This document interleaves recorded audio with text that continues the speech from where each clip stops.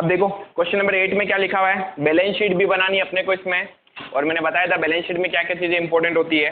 वो question number 8 read करो क्या लिखा हुआ है।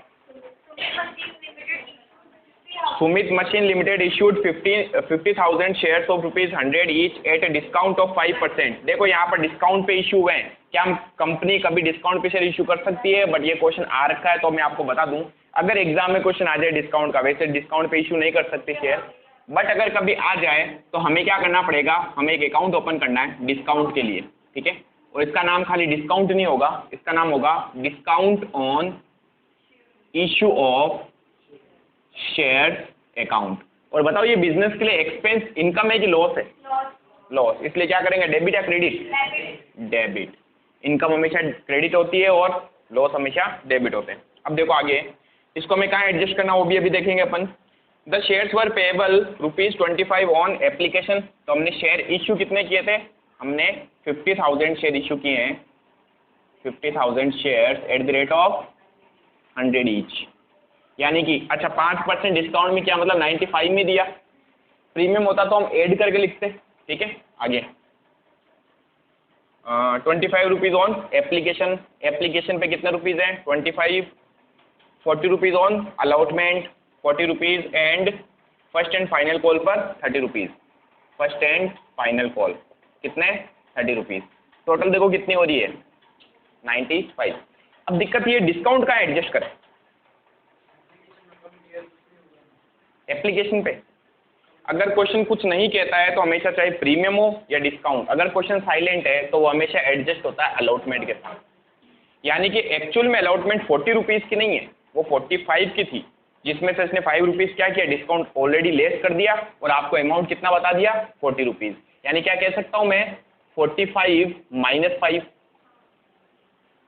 कितने हो गए 40। अगर प्रीमियम होता तो हम ऐड करते, डिस्काउंट है तो अपन लेस कर रहे हैं, ठीक है। अब आगे the issue was fully subscribed and money was डली रिसीव्ड एक्सेप्ट, कह रहा है कि सारा अमाउंट हमने मांग लिया और हमें रिसीव भी हो गया, accept the final call on 400 share. यानी कि किसी शेयर होल्डर के पास कितने शेयर थे 400 शेयर, उसने हमें फाइनल कॉल यानी फर्स्ट एंड फाइनल कॉल पे नहीं करी, ठीक है। The discount was adjusted on allotment, इसने बोल भी दिया है कि अलॉटमेंट पे एडजस्ट करना, नहीं बोलता तो भी हम यहीं पे एडजस्ट करते, लेकिन अगर बोल देता फर्स्ट कॉल पे एडजस्ट करो तो फर्स्ट कॉल पे करते, ठीक है। यानी in the case of silence अगर क्वेश्चन कुछ नहीं बोलता है तो अपन कहाँ एडजस्ट करते हैं अलॉटमेंट के साथ में, ठीक है। हाँ अब बताओ जनरल एंट्रीज क्या क्या करेंगे। अच्छा टेबल बनानी पड़ेगी क्या, क्यों? ओवर सब्सक्रिप्शन तो है ही नहीं, कुछ डिटेल ही नहीं दे रखी है, तो अपने को अमाउंट एंट्री करनी है 50,000 शेयर से, और ये सारे अमाउंट हमारे पास में पड़े हैं। तो बताओ सबसे पहली एंट्री क्या होती है, bank account debit to equity share application account. बताओ कितने शेयर पर पैसे मिलेंगे 50,000 शेयर पर कितने रुपए मिलेंगे 25 रुपीज़, करो मल्टीप्लाई कितने आएंगे 12,50,000, ठीक है 12,50,000।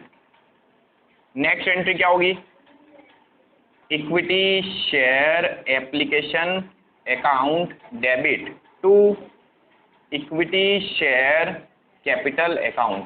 थर्ड एंट्री सब दिमाग में लगा के बैठो और मुझे बताना, 1 मिनट दे रहा हूं, क्या एंट्री होनी चाहिए थर्ड वाली। टाइम स्टार्ट्स नाउ, ठीक है।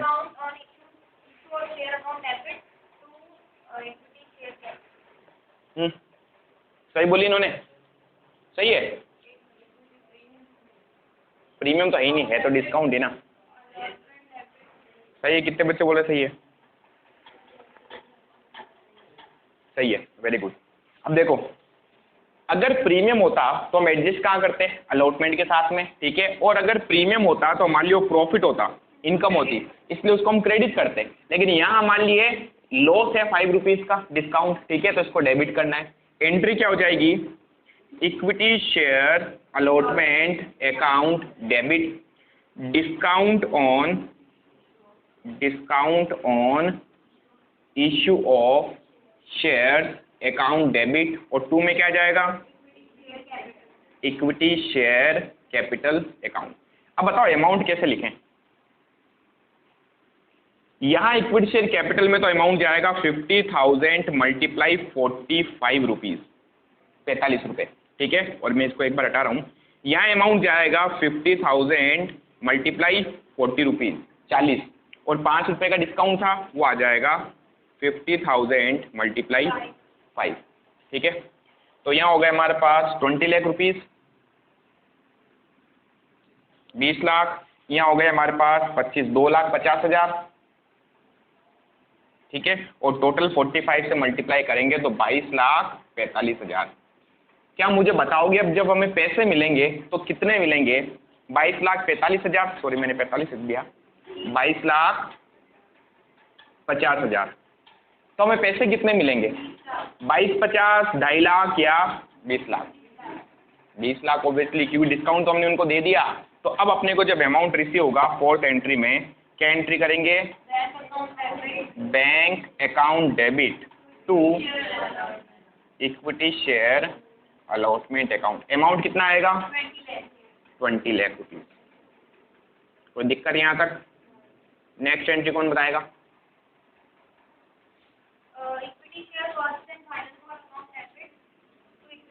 Equity share first and final call account debit. देखो पूरे चैप्टर में जनरल एंट्रीज ही करनी है, बस एक एक दो नए पॉइंट आ रहे हैं हर क्वेश्चन में। जैसे इस क्वेश्चन में क्या था? डिस्काउंट का एक नया पॉइंट था, बाकी क्या है इस क्वेश्चन में? कुछ है ही नहीं। To equity share capital account. Amount कितना आएगा? 50,000 शेयर थे मल्टीप्लाई 30 रुपीज, कितने हो गए? 15 लाख। 15 लाख रुपए हमने मांगे। हाँ, अमाउंट रिसीव कितना होगा कौन बताएगा? पूरे आ जाएंगे। वो बड़ा बड़ा क्या लिखा देखो उधर मैंने, उस चीज को तो अपन भूल ही जाते हैं। 400 एक शेयर होल्डर था जिसके पास कितने शेयर है? 400। उसने हमें फर्स्ट एंड फाइनल कॉल पे नहीं करी, कॉल्स इन एरियर हो गई। कॉल्स इन एरियर के अंदर हमें इतने पैसे कम मिलेंगे। तो देखो कितने पैसे मिलेंगे, तो हमने कहा bank account debit to equity share first and final call. हमने कहा हमने मांगे तो टोटल 15 लाख हैं, लेकिन एक शेयर होल्डर था जिसके पास 400 शेयर थे, वो हमें 400 शेयर पर कितने रुपए नहीं देगा? 30 रुपीज, यानी इंटू कर लो 30 से। ये कितने हो गए? 12,000। तो 14,88,000 अपने को रिसीव हो जाएंगे। मेरे हिसाब से तो इजी क्वेश्चन था, ठीक है। अभी बैलेंस शीट बनानी है, बनाते हैं। पहले यहाँ तक उतारो। बैलेंस शीट बनानी है तो ये चीज़ आपको फिलहाल याद करनी पड़ेगी किसमें कौन सी चीज़ आती है, ठीक है। अच्छा एक बात बताओ, बैलेंस शीट में आता क्या है?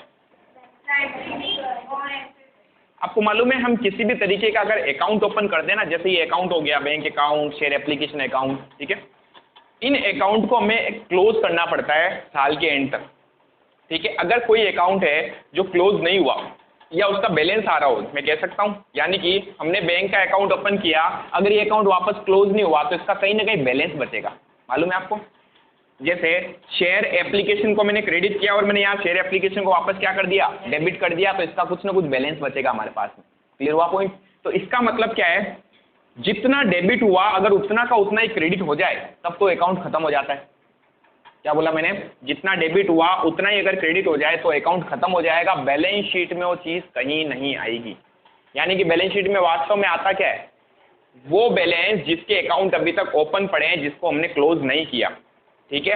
अब बताओ मुझे, क्या 12,50 से मैंने इसको क्रेडिट किया, 12,50 डेबिट कर दिया, क्या ये आना चाहिए बैलेंस शीट में? नो, ना तो ये आएगा।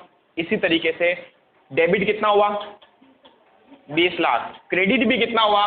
20 लाख, नहीं आएगा। पॉइंट क्लियर हुआ? फर्स्ट कॉल कितनी डेबिट हुई? क्रेडिट कितनी हुई? डिफरेंस आ गया कितने का? 12,000 का। तो इसका 12,000 का जो बैलेंस पड़ा है ना हमारे पास में, ये कहीं ना कहीं हमें बैलेंस शीट में लिखना पड़ेगा, ठीक है। और बताओ ये डिफरेंस क्यों आया? क्या था वो? कॉल्स इन एरियर, जिसने नहीं दिया। मैं इसको बोल सकता हूं कितने रुपए कम पड़ गए थे? 12,000, ये 12,000 वही तो है जिसे हम अपन कॉल्स इन एरियर बोलते हैं। तो कॉल्स इन एरियर को हम क्या करेंगे, बैलेंस शीट में लिखेंगे। ठीक है, तो पहली चीज बताओ, ये कहीं आएगा, एप्लीकेशन नहीं आएगा, अलॉटमेंट नहीं आएगा, फर्स्ट कॉल कहीं नहीं आएगा, इसकी जगह क्या जाएगा, कॉल्स इन एरियर। इसके अलावा बताओ कौन सा अकाउंट खुला है, बैंक अकाउंट खुला पड़ा है, क्योंकि मैंने इसको अभी तक बंद नहीं किया है। ठीक है, उल्टा बैंक हर बार डेबिट ही हो रहा है, डेबिट होने का मतलब और बढ़ रहा है, वो कम थोड़ी हो रहा है, समझ रहे हो। तो हमने कहा एक तो बैलेंस शीट में क्या जाने वाला हमारे पास, बैंक अकाउंट, और मैंने आपको समझा रखा है, कौन बताएगा बैंक अकाउंट कहाँ आएगा, एसेट्स में कहाँ, करंट में, करंट में कहाँ,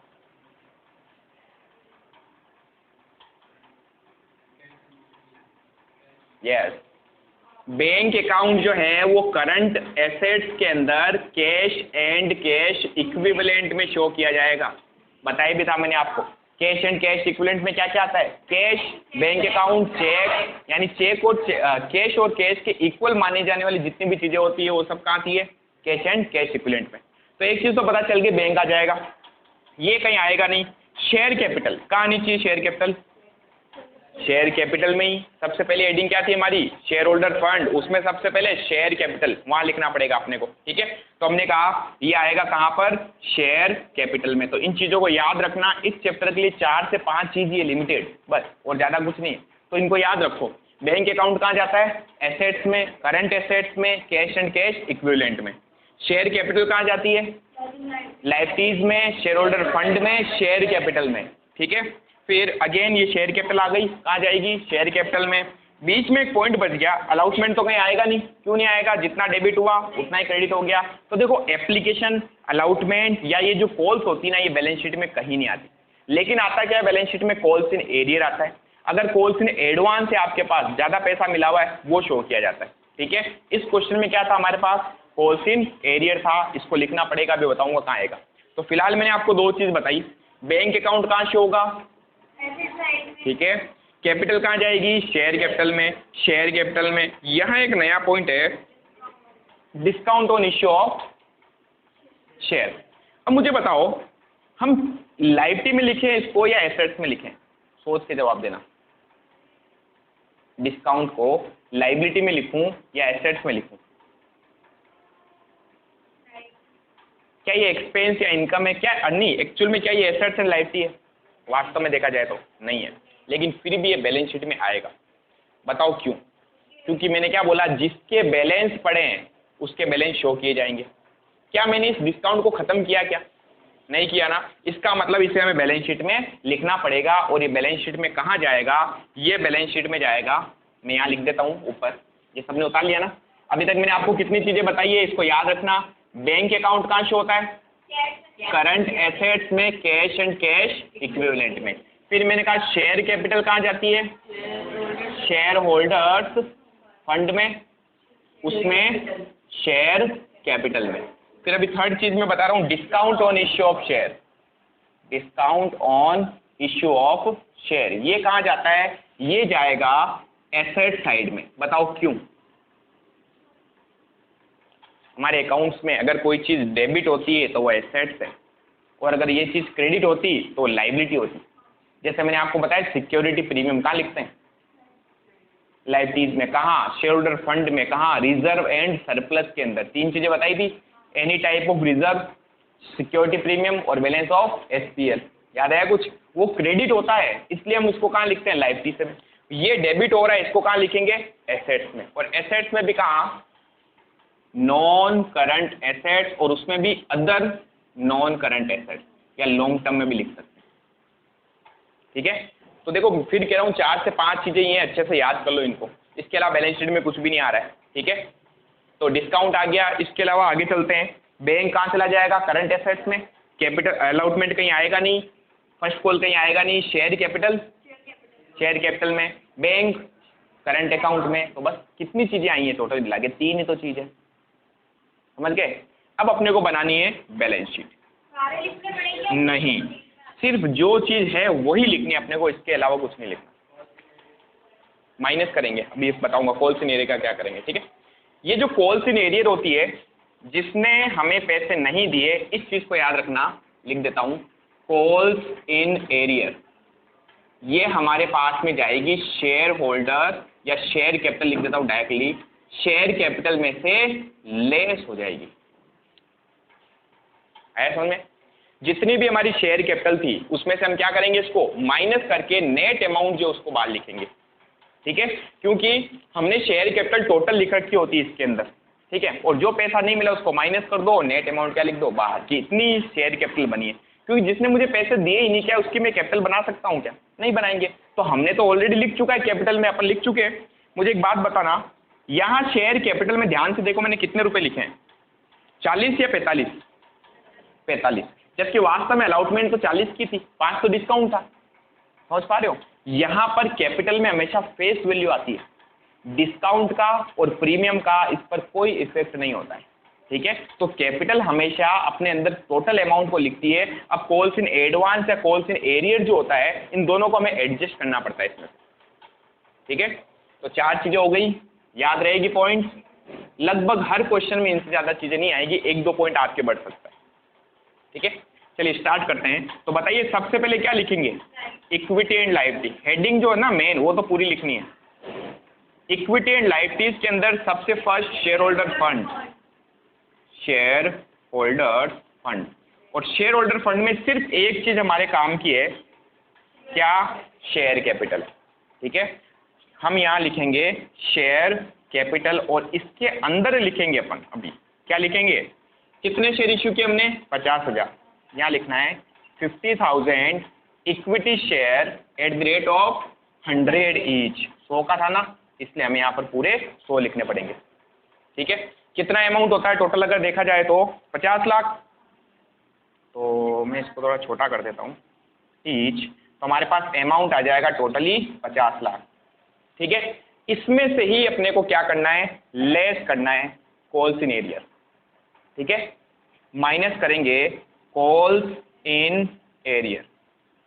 अब बताओ कॉल्स इन एरियर में कितना अमाउंट आएगा, 400 शेयर थे, एक शेयर पर 30 रुपए में नहीं मिले, तो कितने मिल गए, 12,000 कम मिलेंगे अपने को। तो नेट अमाउंट हमारे पास आ जाएगा 49,88,000। समझ में आया? ये अमाउंट गया बाहर। ठीक है, उसके बाद आते हैं अपन रिजर्व एंड सरप्लस में कुछ भी नहीं है।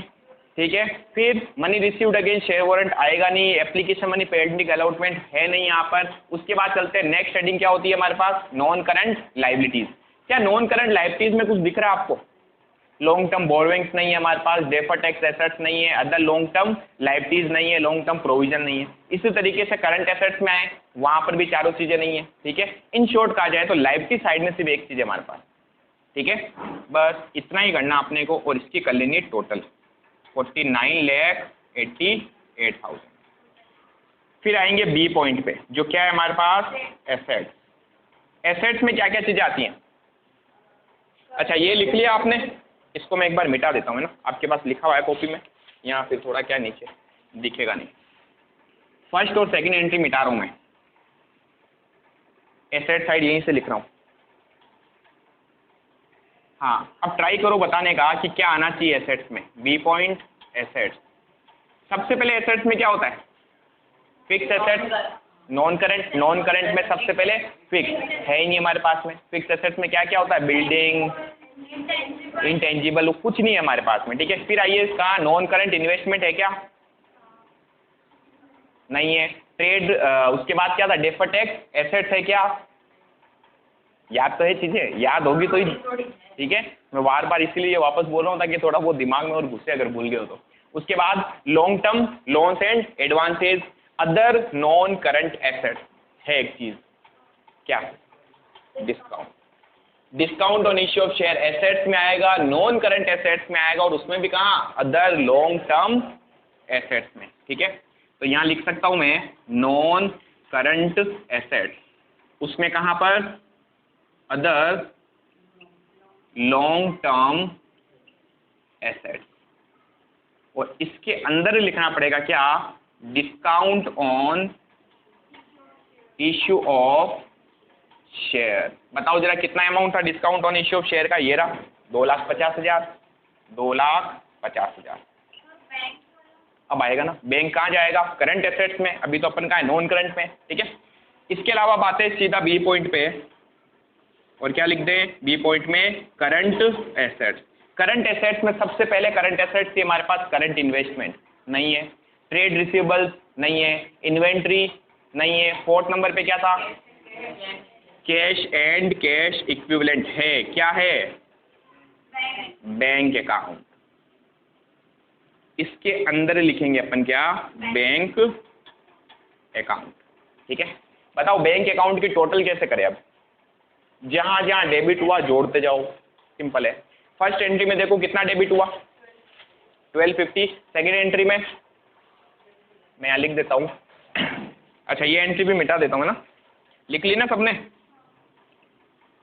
मैं इसके नीचे इसकी टोटल कर देता हूँ ताकि आपको पता भी चल जाए अमाउंट आया कहाँ से। तो सबसे फर्स्ट 12,50,000 एप्लीकेशन पे मिले थे अपने को, प्लस अलाउटमेंट पे कितने मिले, 20 लाख प्लस 14,988, टोटल कितना हुआ, 46,88,000। सही है, 46 नहीं आएगा, 47 आएगा। 4 और 5 करके देख लो भाई एक बार, आप सबके सब कर लो, कैलकुलेट करो।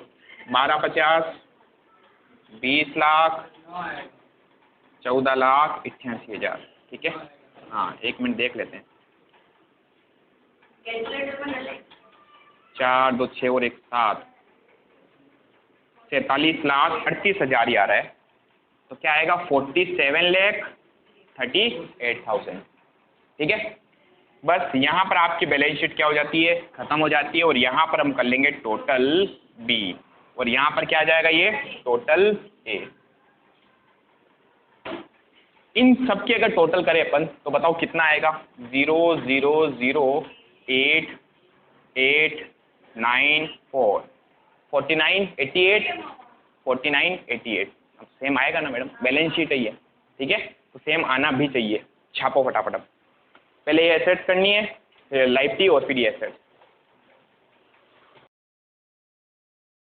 अब देखो, तो मैं बता रहा था आपको कि पिछली बार जो 12th क्लास तक जो आपका सिलेबस था ना, उसमें मैक्सिमम जो क्वेश्चंस थे वो इस टाइप के होते थे। ठीक है, बस इससे आगे नहीं था। लेकिन इस बार आपके सिलेबस में इन्होंने एक नया पॉइंट डाल दिया, क्या, शेयर फॉरफिटेड। अब फॉरफिटेड होता क्या है उसको समझते हैं।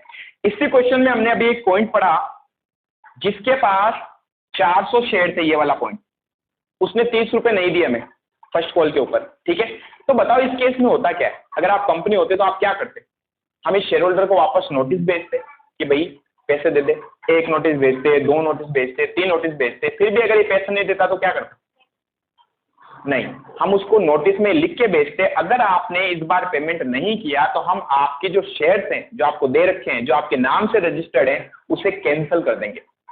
यानी कि आपके शेयर हम वापस क्या कर लेंगे, फॉरफिट कर लेंगे, जब्त कर लेंगे, हिंदी में कहें तो शेयर्स को जब्त कर लेना। ठीक है, तो अगर कोई शेयर होल्डर होता है जिससे हमने ड्यू कॉल मांगी, लेकिन उसने अभी तक हमें अमाउंट पे नहीं किया, तो कंपनी के पास में क्या होता है, राइट होता है, कंपनी उसके शेयर फॉरफिट कर सकती है, जब्त कर सकती है।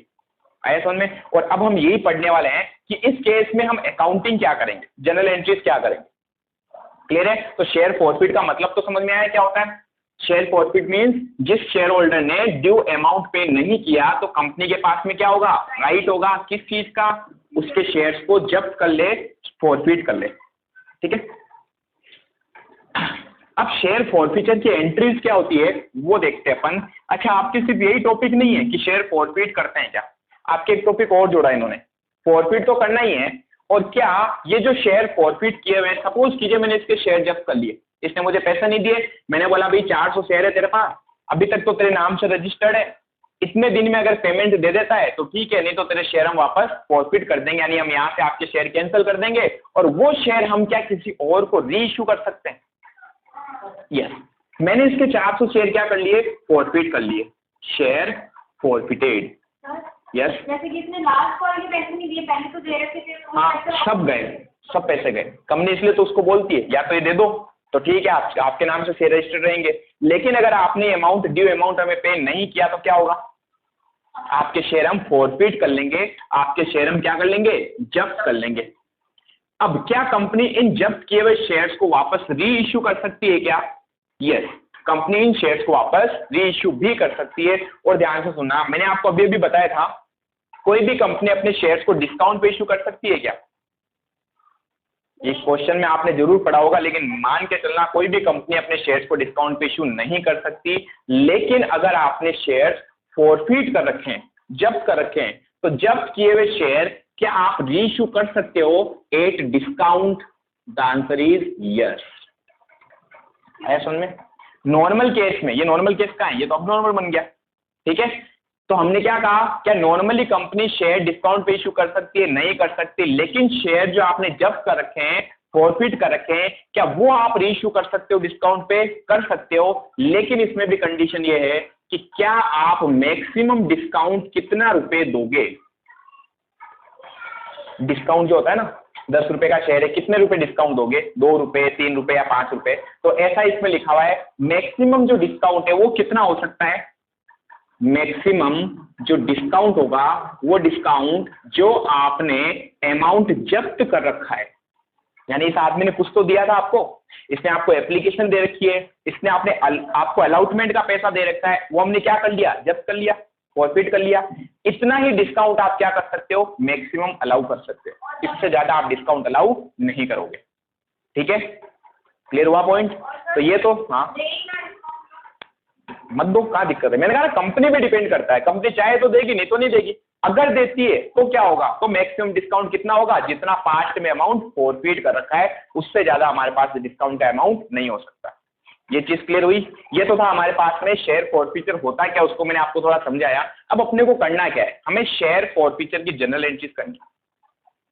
क्या करनी मैडम? जनरल एंट्रीज करनी है, ठीक है। जनरल एंट्रीज क्या होंगी, किस तरीके से होंगी, वो देखते हैं। तो फर्स्ट अपने को सीखना है फॉरफीचर की एंट्री। सेकंड अपने को देखना है री इश्यू अगर हम करते हैं तो उसकी क्या क्या एंट्रीज होती है, ठीक है। पहले मैं आपको जनरल एंट्रीज बता रहा हूँ, शेयर फॉरफीचर की क्या क्या हमारे पास में जनरल एंट्री होगी। अच्छे से देखना, बहुत इंपॉर्टेंट पॉइंट है ये। और पहले आपके 12th क्लास में सिलेबस नहीं था, लेकिन ये आपके पास बीकॉम फर्स्ट ईयर के अंदर है और अभी भी है, ठीक है। फर्स्ट ईयर में कहा? बीकॉम के अंदर। क्लियर? अभी आपके सिलेबस में, इसलिए यहाँ अगर अच्छे से कवर कर ले तो वहां पर आपके 20 नंबर पक्के हैं, मान के चलना, ठीक है। फ्री के नंबर है। चलो, तो अब शेयर फॉरफीचर की एंट्री क्या होती है? शेयर फॉरफीचर, इस केस में सबसे पहले हमारी एंट्री होगी, उसके शेयर हम क्या करेंगे? फॉरफिट करेंगे, जब्त करेंगे। शेयर जब्त करने पर क्या एंट्री करते हैं, ध्यान से सुनना। शेयर फॉरफीचर करने पर, शेयर इश्यू करने पर हम कैपिटल को क्या करते हैं? डेबिट या क्रेडिट?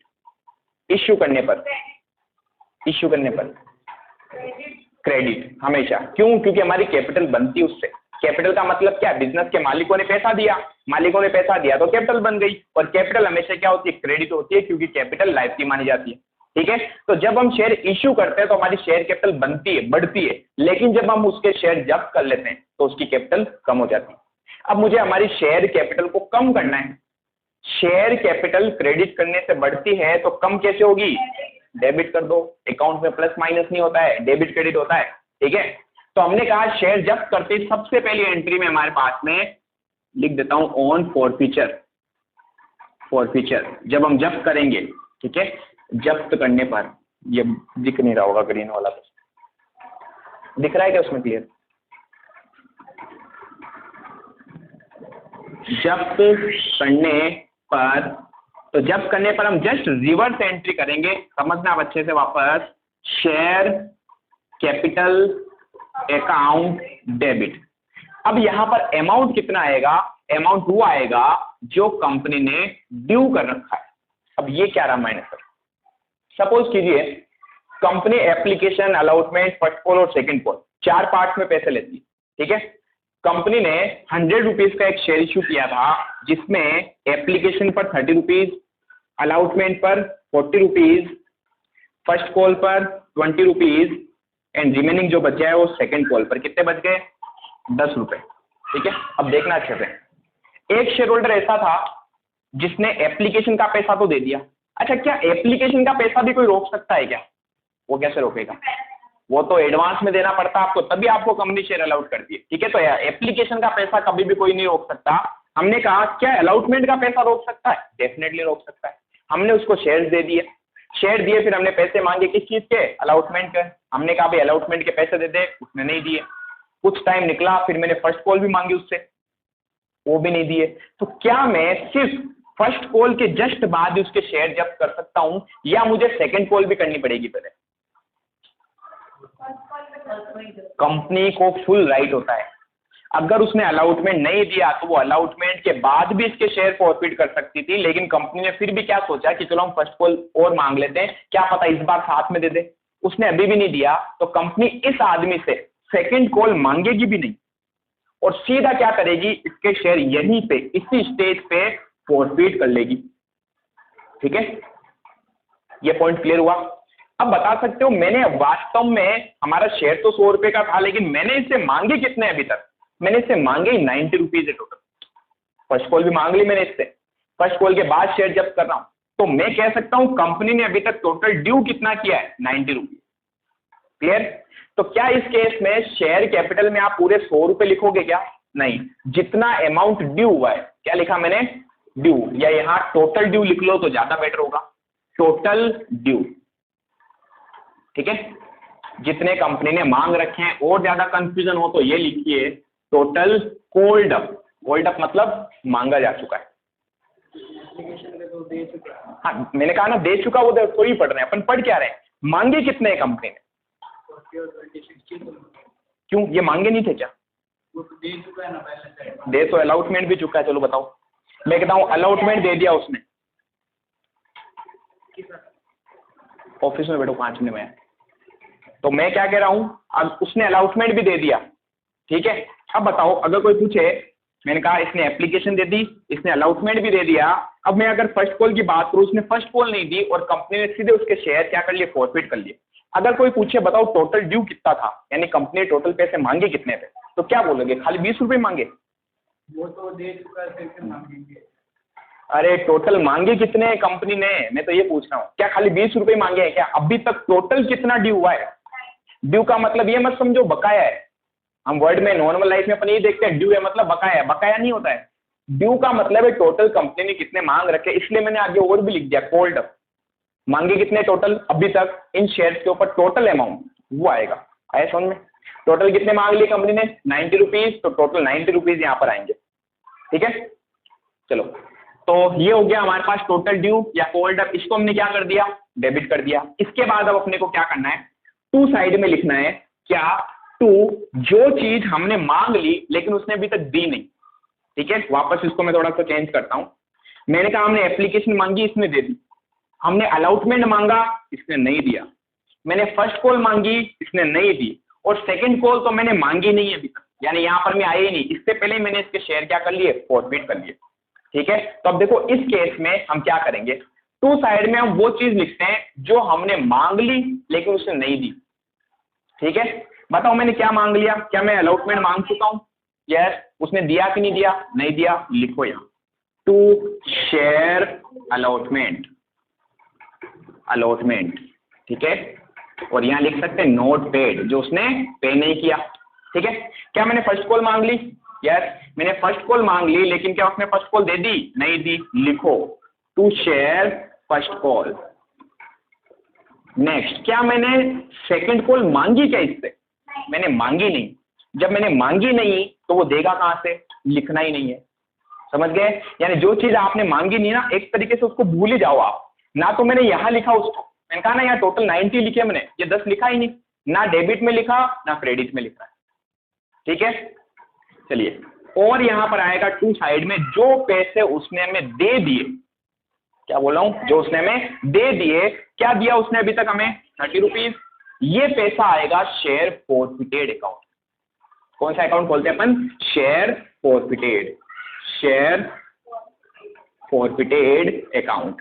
क्या यहां लिख सकता हूं? पेड।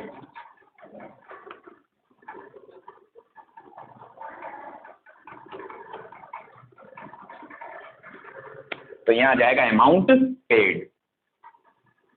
Amount paid. अगर इसी क्वेश्चन को मैं लेकर चलूं, ध्यान से देखना, क्या मैं यहाँ लिख सकता हूँ शेयर कैपिटल में टोटल 90 रुपीज, हमने टोटल ड्यू कर दिया 90। हमने क्या मांगा जो उसने अभी तक नहीं दिया? हमने अलॉटमेंट मांगा, उसने नहीं दिया 40 रुपीज। हमने फर्स्ट कॉल मांगी, नहीं दी। दे क्या दिया? टोटल देखो 90 मैच हो रहा है, सिंपल। क्लियर हुआ पॉइंट? तो क्या करना अपने को, शेयर कैपिटल अकाउंट को डेबिट करना है। जो भी कंपनी ने अभी तक टोटल अमाउंट मांग रखा है वो सब क्या हो जाएगा? डेबिट हो जाएगा। और क्रेडिट साइड में क्या आएगा? नहीं दिया वो भी आता है और दिया वो भी आता है। नहीं दिया उसको तो उसके नाम से लिखते हैं, अलॉटमेंट नहीं दिया, फर्स्ट कॉल नहीं दिया, और जो दे दिया उसको अपन जब्त कर लेते हैं। उसने अभी तक हमें जो भी पैसे दे रखे हैं ना वो अपन क्या कर लेंगे? जब्त कर लेंगे, इसलिए मैं उसको शेयर फॉरफिट में डाल देता हूँ। क्लियर है? ये हमारी किसकी एंट्री है? फॉरफिटेड की। ठीक है, यहां तक लिखो, बाकी करेंगे अपन कल।